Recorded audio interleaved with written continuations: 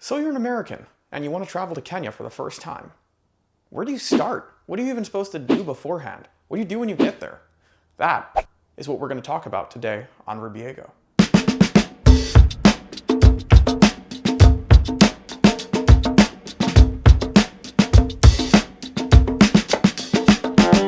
Welcome back to the channel, everyone. We are so excited to return to YouTube. So today we're going to talk about what you need to know before you leave, how you should pack, and what to do when you get there.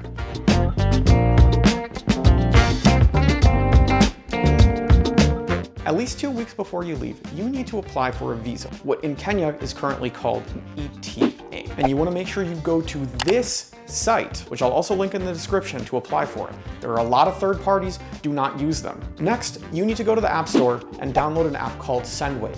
It's really important that you do this before you leave because it's very hard to set it up once you're already there. And that's going to help you pay for things. More on that later. Next, you need to get an appointment at your local travel clinic to make sure that you're up to date on all of the correct immunization. And aside from the immunizations, you are going to need malaria pills. That's something you're going to start taking a few days before you leave, and you're going to keep taking for a few days after, based on the recommendations of your clinic. So with that out of the way, let's talk about packing, because there's some important things that you're going to want to take into consideration. Electrical service in Kenya has a part-time job. Problem is, you don't know which part it's going to be. You need to arm yourself with an arsenal of power banks before you go. I recommend at least 2 per person.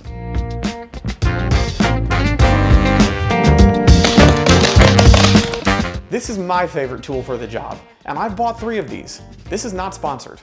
It is absolutely essential to have a travel power adapter. This is the style I like, because you can plug in devices to charge directly to it, but also you get a US wall outlet. It's the best of all worlds. I like these a lot because they're small, they're convenient, and they work in other countries, not just Kenya. Just note though, this is just an adapter. It does not convert voltage. Most of your electronic devices are going to be okay with an adapter. Just to be sure, check every single one. You're looking for the rating information somewhere in tiny little text on the device, usually near the plugs. And you need it to say that the input can go up to 240 volts. If it doesn't say that, you must get something like this to convert your voltage, or you will smoke your device. But again, this is only for certain types of electronics. Not all of them have this. Just check every single thing that you're going to plug in there. If you have just about any Apple or Android smartphone, you're going to be able to use it in Kenya. Before you leave, make sure it's unlocked. Carriers that lock your phone while you're still paying for it will actually consider unlocking it for you if you just ask them nicely. You're still paying the bill after all. My feet are cold, like extremely cold. And if you've already paid it off, it's not a given that your phone's going to be unlocked. Make sure you check this, and if you need help, call your carrier or go to your local cell phone store.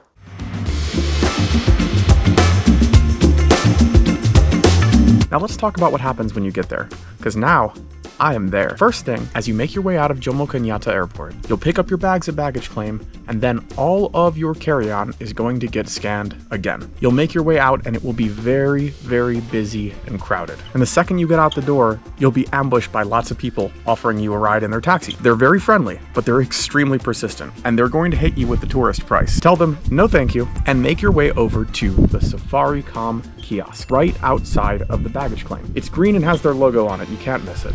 At the kiosk, tell the representatives that you want a SIM and that you want them, crucially, to set up M-Pesa. That is your mobile wallet that you'll use everywhere in Kenya instead of cash. Remember how I told you to download Sendwave before? Now is when you need it. You can open the Sendwave that you've already set up and you can send money directly to your mobile wallet to use in Kenya.